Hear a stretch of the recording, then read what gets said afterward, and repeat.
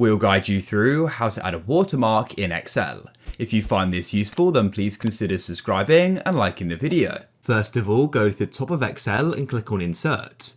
Now go over to the right and go and select Text Box, and then click, hold and drag and go and draw it. Make it quite big, we can always go and make it smaller in a minute. Then all you need to do is type in what you want your watermark to say. I'll just have it saying GuideRealm. Then what you can do is highlight the text, and you can then go and make the font bigger, like so you can make it sort of to your liking. And there it is. What we can then do is just make the box a little bit smaller.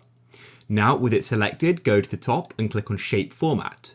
So if you want to go and remove the background, as you can see it's like a shape because it's hiding the text, you want to click on Shape Fill and then go and click on No Fill.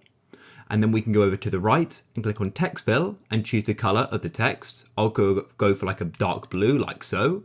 And then what we can do is we can also go and remove the outline of it. As you can see, it's got like a square or rectangle around it. So click on Shape Outline and you can click on No Outline. Now go and drag it where you want it, and you can use the rotate tool and go and drag it round, like so.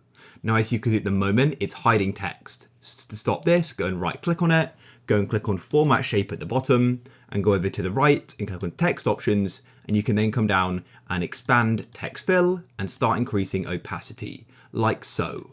And there it is, we've now added a watermark.